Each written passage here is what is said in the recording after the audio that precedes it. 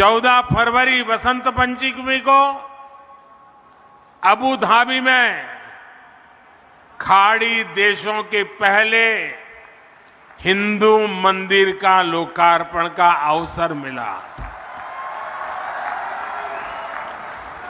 और अभी 2-3 दिन पहले ही मुझे यूपी के संबल में कल्की धाम के शिलान्यास का भी मौका मिला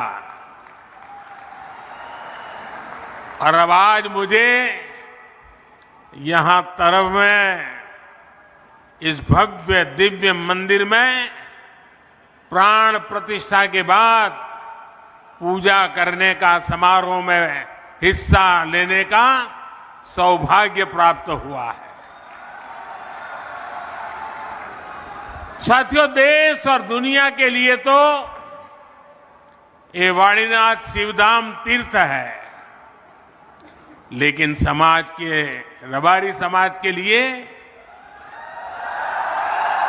ये रबारी समाज के लिए पूज्य गुरु गादी है। देश भर से रबारी समाज के अन्य भक्तगण, आज मैं यहां देख रहा हूं अलग अलग राज्यों के लोग भी मुझे नजर आ रहे हैं। मैं आप सभी का अभिनंदन करता हूं। साथियों, भारत की विकास यात्रा में एक अद्भुत कालखंड है, एक ऐसा समय है जब देव काज हो या फिर देश काज, दोनों तेज गति से हो रहे हैं।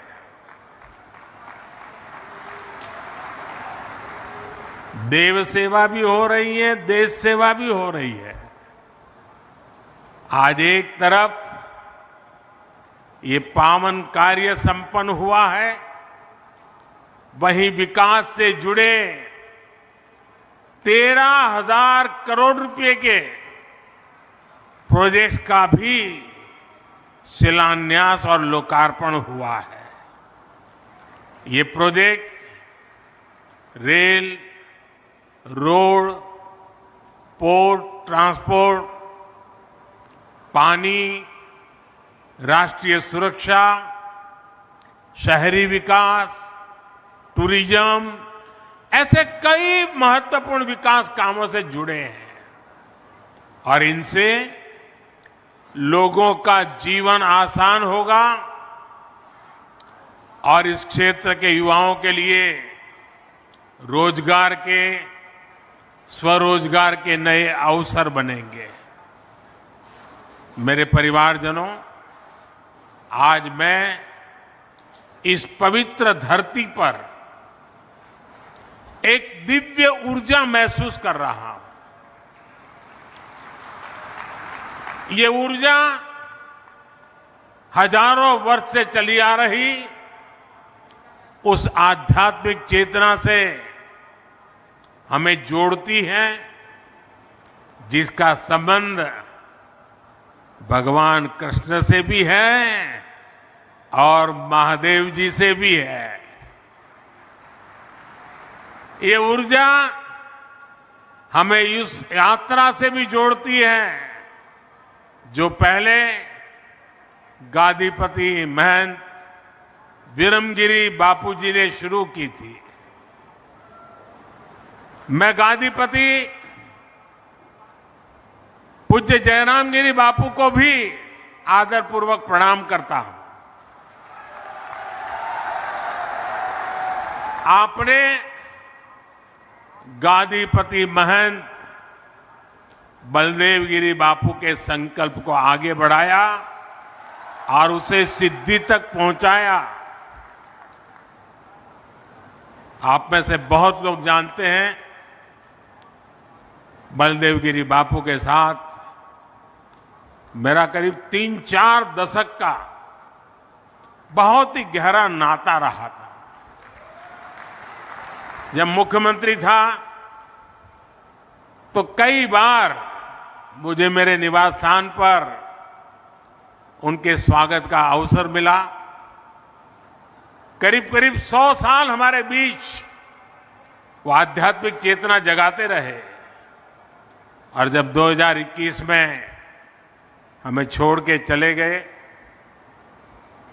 तब भी मैंने फोन करके मेरी भावनाओं को प्रकट किया था।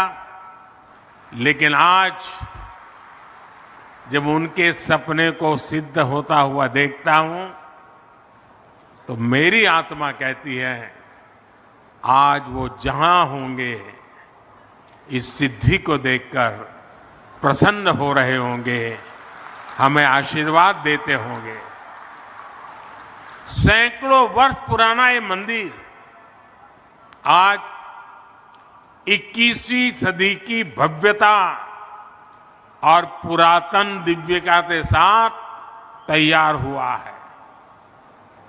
ये मंदिर सैकड़ों शिल्पकारों, श्रमजीवियों के वर्षों के अथक परिश्रम का भी परिणाम है। इसी परिश्रम के कारण इस भव्य मंदिर में आज वाणीनाथ महादेव, पराम्बा श्री हिंगलाज माता जी और भगवान दत्तात्रेय विराजे हैं। मंदिर निर्माण में जुटे रहे अपने सभी श्रमिक साथियों का भी मैं वंदन करता हूं। भाइयों और बहनों, हमारे ये मंदिर सिर्फ देवालय है ऐसा नहीं है, सिर्फ पूजा पाठ करने की जगह है ऐसा भी नहीं है, बल्कि ये हमारी हजारों वर्ष पुरानी संस्कृति के, परंपरा के प्रतीक है। हमारे यहां मंदिर ज्ञान और विज्ञान के केंद्र रहे हैं, देश और समाज को अज्ञान से ज्ञान की तरफ ले जाने के माध्यम रहे हैं। शिवधाम श्री वाणीनाथ अखाड़े ने तो शिक्षा और समाज सुधार की इस पवित्र परंपरा को पूरी निष्ठा से आगे बढ़ाया है। और मुझे बराबर याद है, पूज्य बड़देव गिरी महाराज जी के साथ जब भी बात करता था, तो आध्यात्मिक या मंदिर की बातों से ज्यादा वे समाज के बेटे बेटियों की शिक्षा की चर्चा करते थे। पुस्तक पर्व के आयोजन से लोगों में जागरूकता बढ़ी है। स्कूल और हॉस्टल के निर्माण से शिक्षा का स्तर और बेहतर हुआ है। आज प्रतियोगी परीक्षाओं की तैयारी करने वाले सैकड़ों विद्यार्थी को रहने, खाने और लाइब्रेरी की सुविधा दी जा रही है। देव काज और देश काज का इससे बेहतर उदाहरण भला क्या हो सकता है। ऐसी परंपरा को आगे बढ़ाने के लिए रबारी समाज प्रशंसा का पात्र है।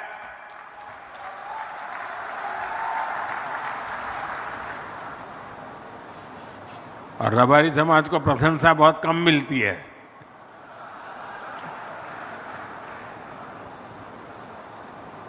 भाइयों और बहनों,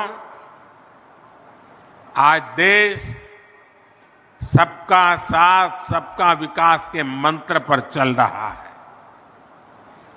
ये भावना हमारे देश में कैसे रची बसी है, इसके दर्शन भी हमें वाणीनाथ धाम में होते हैं। ये ऐसा स्थान है जहां भगवान ने प्रकट होने के लिए एक रबारी चरवाहे भाई को निमित्त बनाया।